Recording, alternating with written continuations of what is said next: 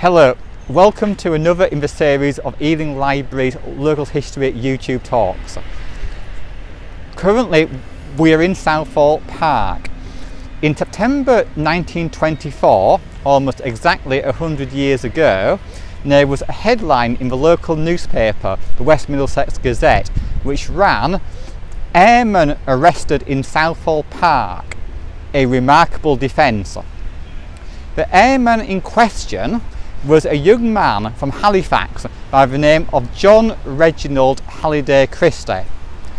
He was lying in Southall Park on the 11th of September 1924 when a detective constable Thrushell approached him and asked him who he was. Christie said that his name was Wilson. The detective said, "I have reason to believe that you are responsible for the theft of a bicycle outside Hillingdon School and also for the theft of various pound notes and other items from the Empire Cinema, Uxbridge." Christie admitted then that his name was actually John Christie, and he was taken away to be questioned by police, and he appeared at Uxbridge Magistrates Court a few days later. It transpired that Christie, who had been born in Halifax in 1899, had a criminal record already. He'd spent 3 months in prison in 1921 for the theft of postal orders and money whilst working as a postman. He'd also been bound over to keep the peace in 1923 for another offence which involved money, but it was a non-custodial one. At Uxbridge Magistrates Court, he said that the bicycle in question had not been stolen. It had been given to him by a man to sell. He was then asked, who was this man? Christie said, "The man's name is Jack Smith. I met him in a pub, but I don't know where he lived and I can't really describe him. So I suppose I shall have to carry the can." Christie was found guilty on both charges and was given a total of 9 months in prison with hard labour to be served at Wandsworth.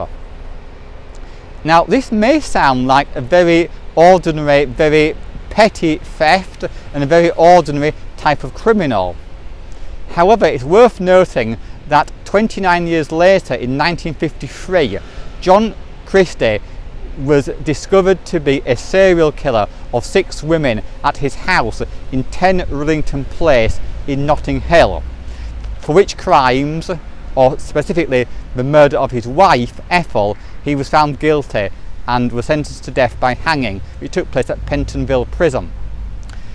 In 2011, whilst I was researching a biography of John Christie, I discovered his connection to Southall Park and included it in a pamphlet that was published as a walking tour of Southall.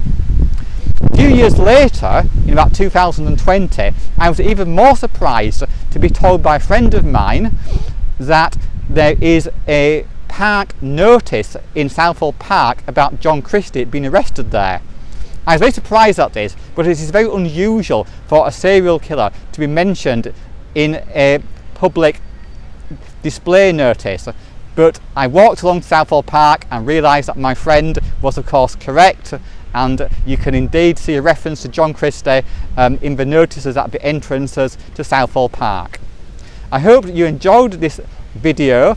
Please remember to like and to subscribe. Thank you.